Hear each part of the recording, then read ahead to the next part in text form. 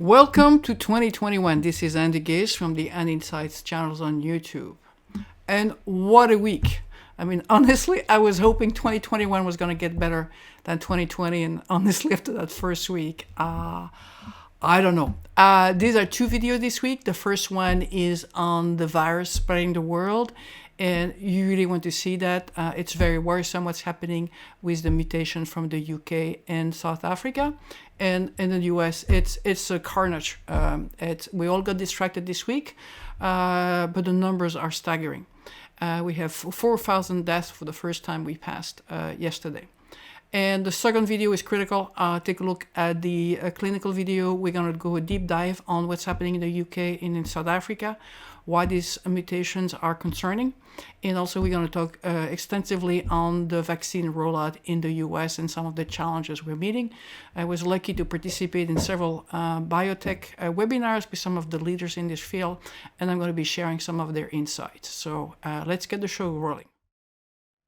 Hello, this is Anne DeGheest on the Anne Insight channels there. This is our second video on January the 8th, 2021.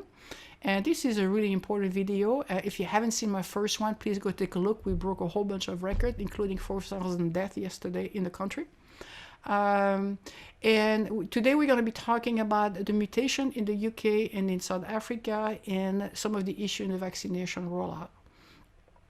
So let's look at the mutation there. You can see that the UK was doing a great job and was like the rest of Europe there. And then since they've had that mutation that came out and was diagnosed in December there, they have absolutely exploded. Their rate has quadrupled in the last few weeks. And South Africa, which has a slightly different mutation there, has also drastically increased. So we're going to spend some time on that because unfortunately the UK mutation is really in the US. And so let's take a deep dive. So this virus has mutated. This is a graphic that shows you all the different mutation of the genomes that has been done. The initial Wuhan is in the light blue. You can see it here, and then you can see it going over time this way. The pink one is the German mutation we've talked in the past that happened in Germany in March that took over the world.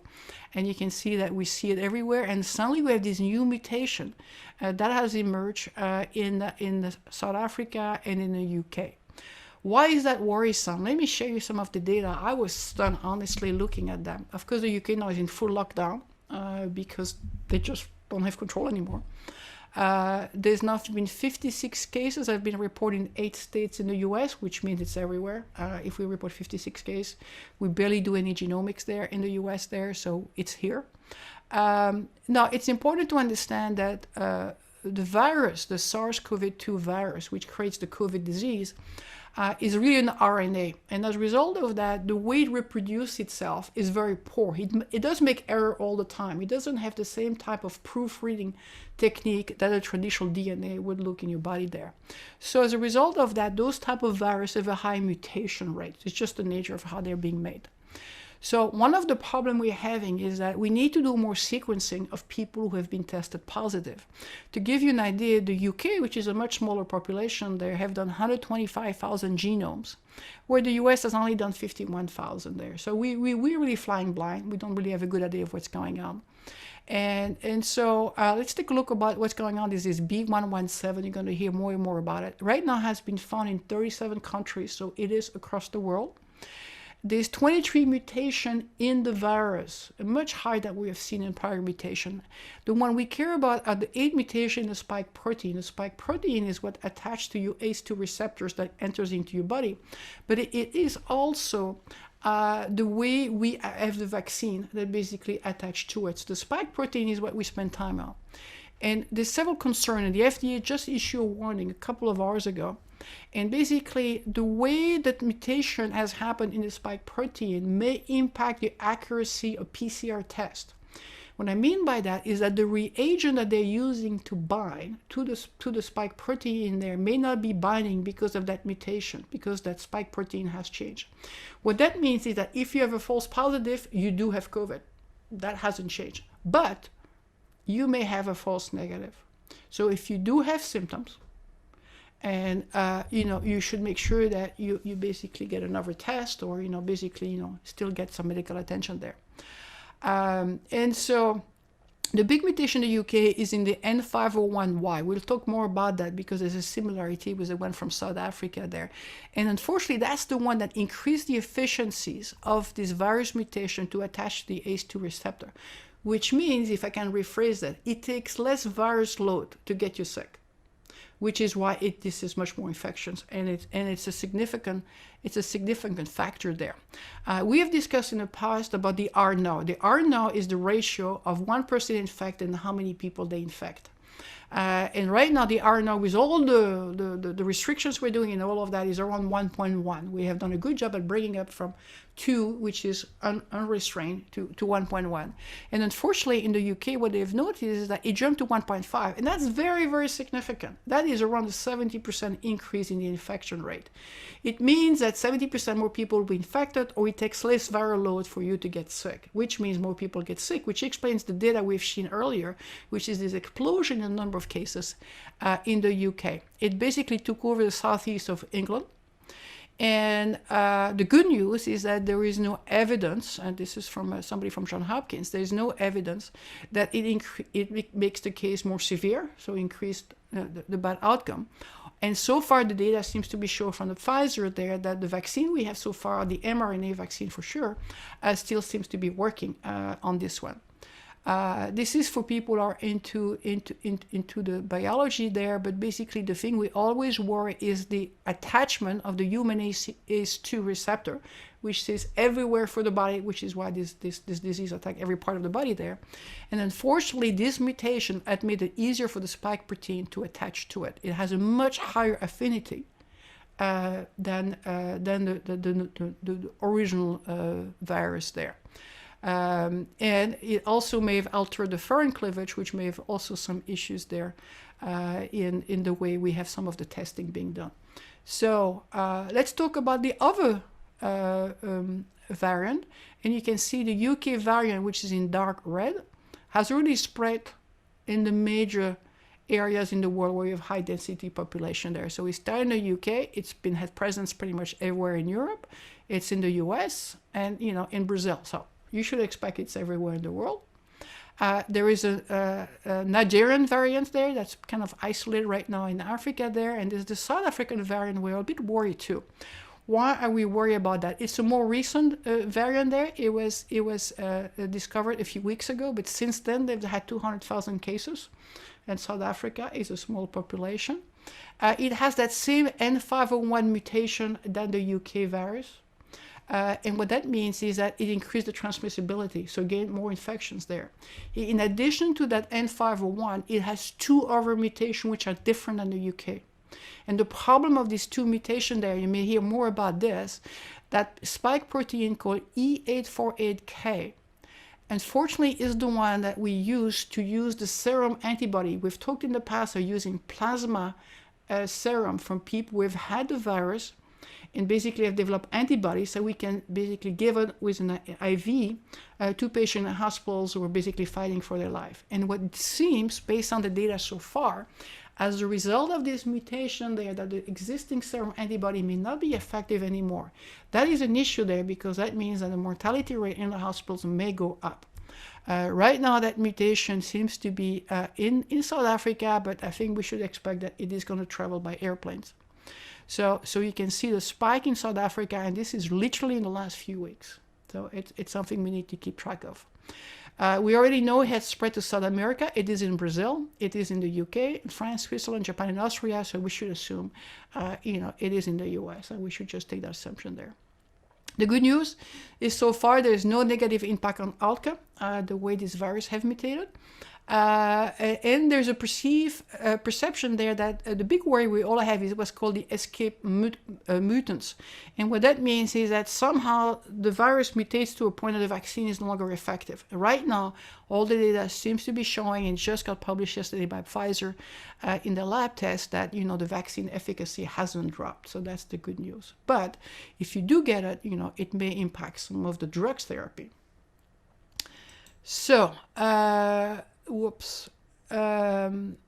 let's look about sequencing.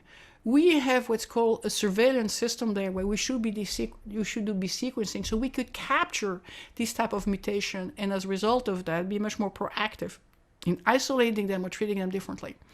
We have had 18 million cases in the US, but we've only sequenced 0.3%. I mean, 0.3%, we really are blind. We really don't know what's going on. We need to do significantly more than that. And again, that's a responsibility of the CDC. The CDC is under pressure, so they said they will double it. But you look at the ratio versus the UK, I mean, UK is doing significantly more than this. So to give you an idea, you have countries like Australia and New Zealand and all of that. We are the bottom of the list. We're the 43rd country in the world in sequencing per 100 cases, so it's normalized data there. So we are blind. You can see other countries are doing up to 50% of the cases are sequenced there. So it's something there that as this virus continues to mutate, we absolutely have to fix. So later studies, so a JAMA study came out showing that 16% of transmission are coming in household. This is a very large meta-analysis on 77,000 participants there. And what it shows is that because a lot of us are sheltered in place, that it's adult contact with your spouse is pretty much where it's being transmitted there. And it's a lot of people are asymptomatic. Another thing that just came out yesterday is an analysis where they look at the whole population of Scotland between March and July 2020. And where they show that people were diabetic have a 1.4 higher risk of ending up in the ICU or for mortality. But this is something that was new, is type 1 diabetic have a 2.4x, so significantly higher risk. So anybody that has diabetes need to really be ultra careful. And it just got published in Lancet, which is a big journal in the UK, a very credible journal. So let's look at another study that came out, which looked at severe outcome. We're still trying to understand why people go from mild to severe. You know, what could be the trigger? And this is really fascinating because in that data there, they show people with obesity, which is the gray, people with high blood pressure, which is the light blue, people with diabetes, and COPD. COPD is a disease of the lungs. And what you see is that the prevalence of people with worse outcome is very different from country to country. Part of that, you know, is like the US has a higher rate of obesity, so therefore you probably see a higher correlation with the outcome than other countries there. And then you can see China has a younger population there, you know, so obesity may not be as high. But I mean, it's really, I think it's very important that we understand when you look at this data there, that you have to really make sure you have the context and the type of population that's being analyzed. Some good news, there is no flu right now. Historically, the flu season is starting now in early January. It peaks in February and, you know, start going down in March. Now, in the last few videos, we talked about that if you happen to be unfortunate to have the flu, you have a 10-time higher risk of more severe outcome with COVID just because your body gets overwhelmed. And then it turns out they did an analysis that the COVID absolutely explodes as far as the number of viruses in the body there. So get your flu shot if you haven't done that. It's not going to protect you from COVID, but it may help your immune system fight COVID if you get exposed. So let's talk about vaccine. I tried to find some positive news. So there has been 18 million vaccination across the world. The United States has the most, and then China and Israel. But then I'm going to show you a little bit later on that if you do that on the per million people, the numbers looks very different. Let's kind of recap a little bit there. It's the beginning of the year. So these are all the vaccines that are going through the pipeline right now. Oxford, AstraZeneca has been authorized in the UK. Pfizer and Moderna are authorized in the US. And we're going to give an update on all the other ones there. So Moderna just got approved in the EU yesterday, the European Union, and also got approved in Israel as well as the US. So they're out there cranking up manufacturing. AstraZeneca, which is the vaccine from Oxford, has shown that at half dose, they have a 90% efficacy and full dose at 62%. But when they went to the European approval there and the UK equivalent of the FDA decided the data wasn't clear-cut and reliable enough, and they only allowed the full dose, which is the 62% efficacy there. And then one of the problems is that half dose population there was done by accident due to manufacturing a problem there, and the population was much younger there. So the regulatory didn't think that was a reliable way to get an approval. And so they only approved the full dose.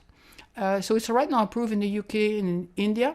The UK is so overwhelmed with this new vaccine, this new virus mutation there, that they have decided to basically take all the allocation they have and to give it to everybody, even delaying the second dose, which is supposed to be given at 21 or 28 days, depending on the vaccines there, because right now they want to just protect people's life. The good news with AstraZeneca, it's a normal supply chain, so it's normal refrigeration. They have a capacity to do 3 billion doses, which the world needs. And so the US has bought 300 million doses, and India plans to inoculate 300 million people by the end of August using that vaccine. So it's going to be used on a high scale. I was part of several big webinars, so I'm going to kind of give you some of the takeaway of some of the big names in the space. One was this VP of R&D at AstraZeneca. And the thing that was interesting about that agreement with Oxford is that it came with an agreement to provide equitable supply across the world, i.e. they will sell a vaccine at no profit in countries that don't have high incomes. And they are already set up collaboration with 22 partners to be able to make 3 billion doses in 2021. And they expect that they have to do as many doses in 2022. So these are massive, massive scale up that needs to be done there. They all have all problem in the last mile vaccination. We'll talk more about the US problem there. They recently have been approved in the UK, Argentina, and in India, not the US yet. There was the woman there, Michelle McMurray, is the CEO of Bio, which is the biggest association in biotech. And she says that the industry has been absolutely extraordinary in their efforts. They have done 838 vaccine and drug efforts in the last 9 months. I mean, that is numbers that are absolutely stunning. So in all the bad news, I think we should not forget the heroic work that these people have done in the industry. Israel, you're going to see, has had some amazing vaccination. They vaccinate 20% of their population there, and they've done it by being very consistent and having a national vaccination plan. Novavax is coming down. It's a different type of vaccine platform. They're using a protein platform. And so that's the one that's more traditional and the one you may be familiar with, like hepatitis B or HPV type of vaccine that you may get right now. Sanofi is a different platform there. They do expect to get the first results in the next 30 to 60 days from the UK trials. And that'll be very interesting there, because one of the things with the UK trial is they're going to get a mix of patients with the old virus and the new virus. And that'll be very interesting to see if there's any change in the efficacy there. They are basically also working with the South Africa, so that'd be a great one to see also what's happening with that mutation there. Pfizer, you may have heard about the allergic reaction, so I figure we should, discuss it. There has been 21 cases of anaphylaxis, which is people going into shock. And that happened within 15 minutes of the vaccination there. So if you ever get vaccinated right now, the rule in the US is that you have to be observed for at least 15 minutes. You have to stay in the vicinity there. So in case you're having a reaction, they can use an epinephrine injection there.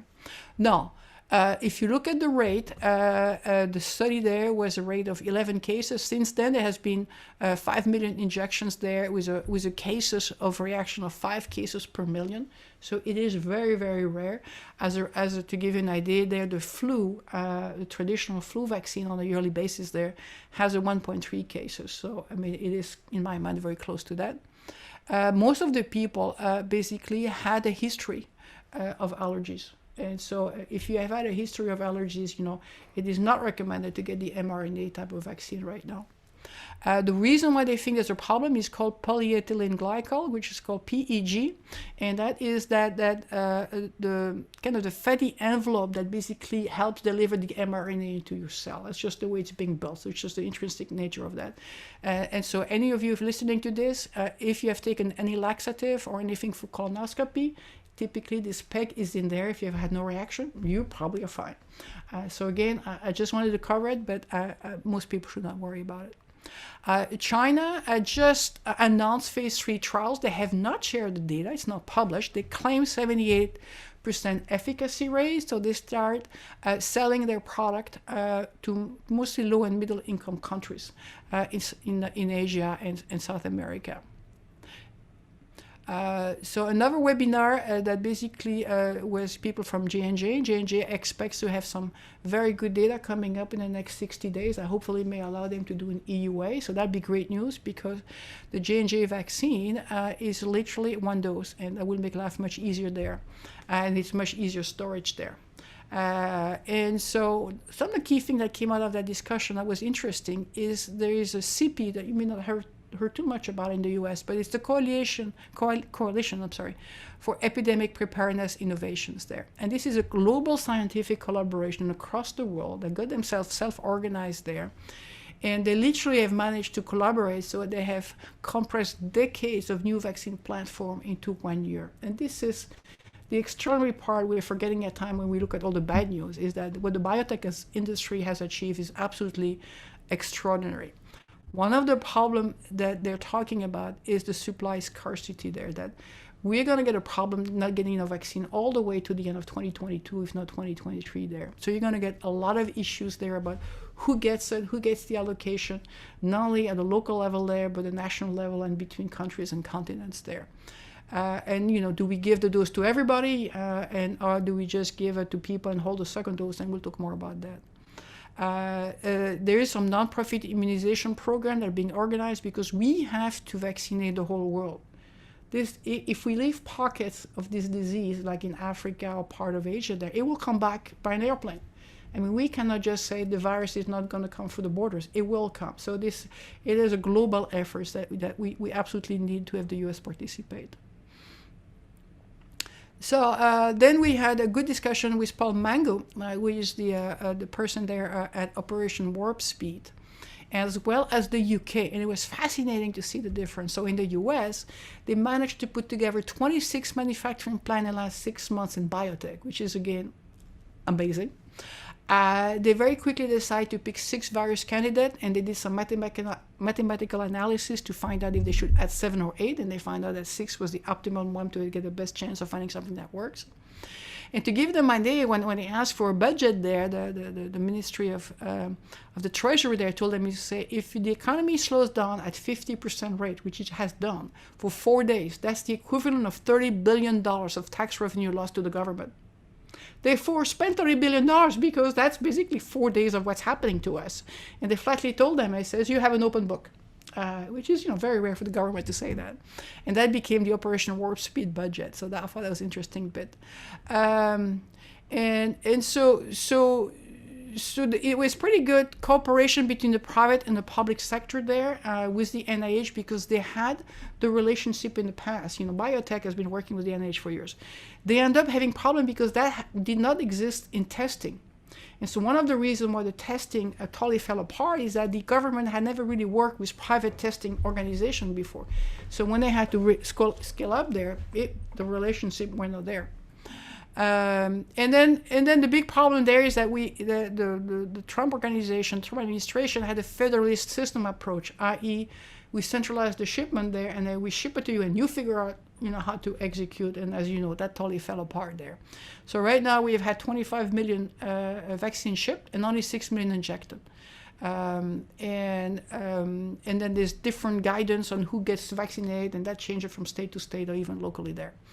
Now, they emphasized something that I had never really heard before. It was very well articulated, which is this virus, and this is Dr. Fauci said, is unique in the sense that the amount of patients with asymptomatic spread is very unusual. Most people who get a virus have symptoms. Number 2 is that it has asymmetric outcome. Some people get mild, and some people get very sick and die. And we don't fully understand why some people have this bimodal outcome there. And what they have discovered is that everything they did at the beginning of the pandemic was to focus on epidemiology, where in reality what they should have done is to focus on behavioral science to get people to change behavior to deal with the asymptomatic spread. Kind of lessons learned here. The UK, on the other hand, was very different in their approach. So they hired this person called Kate Bingham to be the kind of the tsar of the whole effort there. And Kate basically brought a venture capital approach. Several of you are in the Silicon Valley. And so they just say, we're going to do like the venture way, which is we're going to do quick selection. We're going to look at the portfolio. We're going to narrow it down very quickly there. We're going to pick the best platform. We're going to basically do decision the way we do in a startup. They work with 4 ministers, basically saying we're going to cut over all the committees and all the stuff that we normally do. We just basically are going to make like a startup there. And then they basically went out there to get contracts and they start working on the deployment and all the plans you have to do for vaccination there.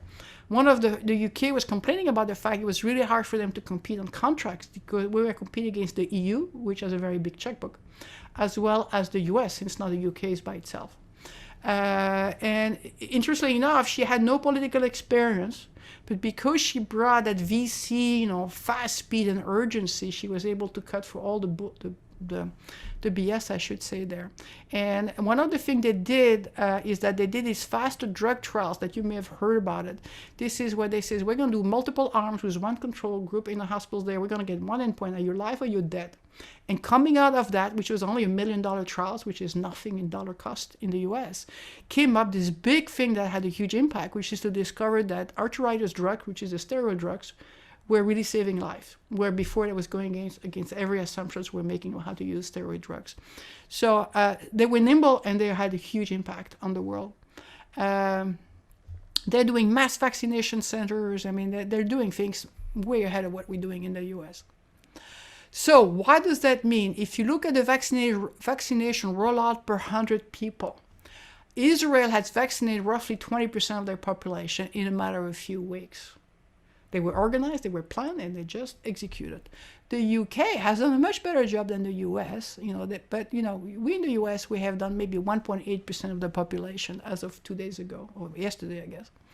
And so we need to do a better job than that. And so the big issue is who gets access to what and how do we do it? And that's where it gets a bit messy there. So the CDC came up with a priority, which is just a recommendation. The states don't have to follow this. And Florida and Texas are doing things differently than California. And roughly what they recommend is that there is phase 1A and phase 1B and 1C. 1A is healthcare workers and long-term care residents. Phase 1B are essential workers and people over the age of 75. And phase 1C are people over the age of 65 or people who have higher risk and comorbidity. So what happened? Well, we barely vaccinated 27%. We only used 27% of the dose that were shipped. It turns out that it was a massive allocation headaches. Literally, the state were complaining they were getting 24 hours notice of a delivery window, and they had to use the drugs in a matter of hours just because when you're filed and when it arrives, you only have a very short window to use it. So that logistic wasn't working. There was all this mixed messaging. And so this is the thing that's worrisome. In Ohio, for example, some of the people working in nursing homes, 60% of them are the only one who agreed to be vaccinated. That means 40% of people working in nursing homes don't want to be vaccinated. And that's a problem there because they could be asymptomatic and passing the disease to the residents there. Another study in Southeast Georgia, their healthcare system there, with there were around 2,600 eligible workers, only 44% opted to do the vaccination. These are healthcare workers. So we need to do a better job at explaining to people that getting the vaccine was the first step. Getting into people's arms is a massive undertaking, that we need cooperation. We need a whole program. We need behavioral science. We need to really have this as a coordinated plan there. As you may have heard, CVS has a nationwide contract to basically go in a nursing home, but they don't expect to get enough shipment to start doing until January the 25th. Every state, every county has their own rule. Florida got so overwhelmed. You may have seen in the news where people were waiting 8 hours overnight to basically get a vaccine. They're now using an app like Eventbrite to schedule appointments. So it's chaos. It's surprising because we've known for months that we're going to get a vaccine. So we were clearly not planning about it. So several announcements have happened. Biden has announced today that he plans, President Biden, I should say, he plans to release all doses immediately. Basically say, we're going to get our act together there. We're going to get twice the amount of people vaccinated instead of keeping half the doses in storage. And we're going to coordinate this so that they could get their overdoses in 28 days. And there's a study that just got published a day ago on the Annals of Internal Medicine that shows if you use all the doses now, you can have a major impact in controlling the COVID surge that's going on right now. So the other problem that they discussed at the conferences is the big problem of what's called reshoring the drug supply chain. Most of the drug plants are not in the US. We move them outside the US in China and other countries there. Part of that is for EPA issue there, just because a lot of these plants are called dirty. And so they've been moved to China and India there. And as a result of that, we have massive drug shortage and quality crisis that have emerged in the last several months. So we need to move them back to the US into doing what's called continuous manufacturing as opposed to do batch processing there. But they were talking on the call to say this is like a Manhattan nuclear project style. It is going to require massive intervention at the federal level in coordinating some of the EPA, having a public-to-private partnership of $500 million to basically put this plan in. And remember, it takes some time to make them work. And this is not just for this COVID. This is something we need to fend because this is going to come back, and this COVID is going to mutate and come back every year. So it's another thing that's has to be addressed. And then it turned out they say, well, they do the manufacturing, these big batches there, but then you need somebody who put this into these vials. I mean, you may have heard that the vial is supposed to have 5 doses. Now in Europe, they find that if you use a very, very thin needle that you use for diabetic, you can extract 6 doses. So this whole, filling and finish there, they have a capacity issue because every vendor is trying to use those people there. So you're going to see a lot of change with the FDA in tackling non-compliance plan and doing all these issues there. So last mile is getting the last mile is the problem. We never invest in the public health infrastructure. We spend, I think $10-20 billion buying the vaccine, and we spend nothing in helping the healthcare infrastructure in the state and local level there to deliver the vaccine. So there was a massive hole there in our plan. So as a result of that, we tried to stretch the supply. I just talked about the fact that the FDA has officially now announced you can basically draw 6 instead of 5 doses from the vials. Before that, you could not. The FDA took a look at the concept of using half dose of Moderna because we were trying to give as many as people as possible, but there is no scientific data, so they say we cannot do that. And so that was rebuffed by the FDA a couple of days ago. The UK has decided to have a different approach. They're going to say we're under so much attack right now, we're so overwhelmed. We are going to basically give the dose to everybody, and if they get the dose 1 or 2 months later, so be it. We have no idea what that means. We have no idea how that impacts the efficacy. But that should tell you about how much overwhelmed they are there. In California, this just came out yesterday. We're having the same problem that the rest of the country there, where people are refusing to be vaccinated. As a result of that whole group of 1A, which was the the healthcare workers there, now they're going to basically start deciding that we are going to change that, and we're going to open it up to people over the age of 75, and we're going to change the location there. It's not official yet, but they announced it yesterday they're going to do that, which is people who are between the age of 65 to 75 are going to be elevated to phase 1B as opposed to wait for phase 2, which was really late in March and April there. So keep an eye on that. So, but again, it emphasized the fact that if you have a chance to take the vaccine, please take it. And then they also investigate in California to say, can we do some stretching there? Can we do half dose? Can we do delay the second dose? Can we do mix and match between different vaccines? And we have no data. We have no idea what that means. So I think they've decided probably soundly that, we have no idea, and therefore we should not do that. So on the therapeutic side, the good news, the NIH has put together a database on 400,000 COVID patients in the US out of 2.5 million in their database there. It's an open database that people can access and do research. And one of the things that's coming out is that we initially thought COVID was an attack of the lungs. That's not the case. Really, COVID is a microvascular attack of every organ in the body. And as a result of that, you create that inflammatory response that leads to the cytokine and create that coagulation cascade that basically has all these problems there. So they confirm again that the RNA will continue to mutate. This is not the last mutation we're going to see there, just be the nature on how the virus is being built. Therefore, we need to put together a monitoring community there when we do more genomics of people who have positive, more than 0.3% there. So we can find out some therapeutics no longer effective, or maybe other therapeutics could be effective on those mutations there. So this is a program there that I think needs to be coordinated at the CDC and the federal level there, and with the participation of the states. And so just be aware that they reinforce the fact we need multiple different vaccine platforms because they may be effective in some mutation better than others there, which means we have to start getting to the point where we basically do the genomics before we treat you. And then they also made it very clear that we still need better therapeutic at the mild stage. Right now, we don't really have anything except vitamins, which we have talked on my November 6th video there. And so we need to identify who is at risk. We know obesity and diabetes is, but there must be some other criteria there, and should we treat them differently? The good news on the long haulers, we talk about people who 10 to 30% there, have long-term problem there. They start to develop specialized clinics, so these people can be taken care of. What is the perception now, which is not 100% confirmed yet, is that these people have a systematic inflammatory diseases that basically ignited immune dysfunctions there. The virus is out of the body, but they have this permanent immune dysfunction there, and they basically have an immune disease that gets triggered. So if you remember there, you basically, in the first 7 to 10 days, you get a viral response that you can measure. This is the viral load in dark that literally disappears.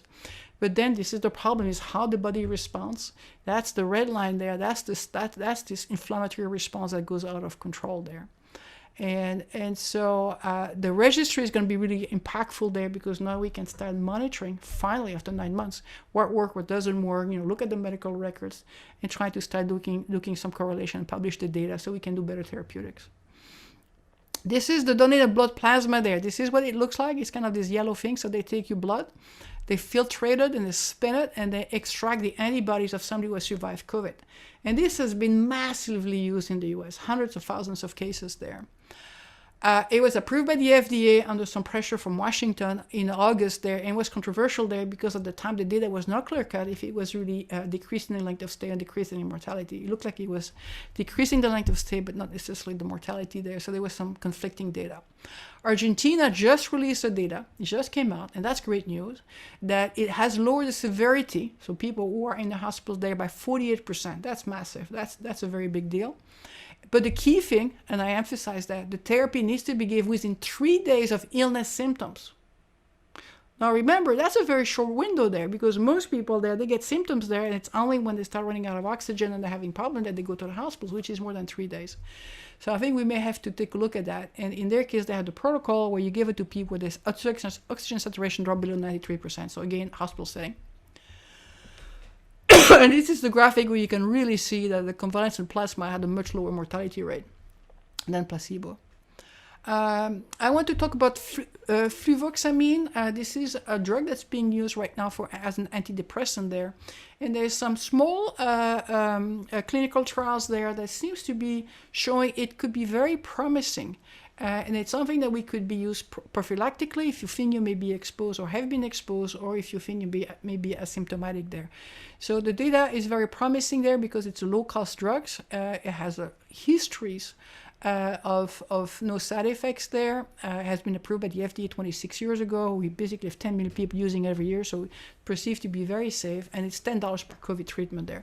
So there is this group called Core.com, which is based in San Francisco, who is trying to do analysis of existing drugs to see if they could have an impact there, and there's a phase 3 trials that has been done.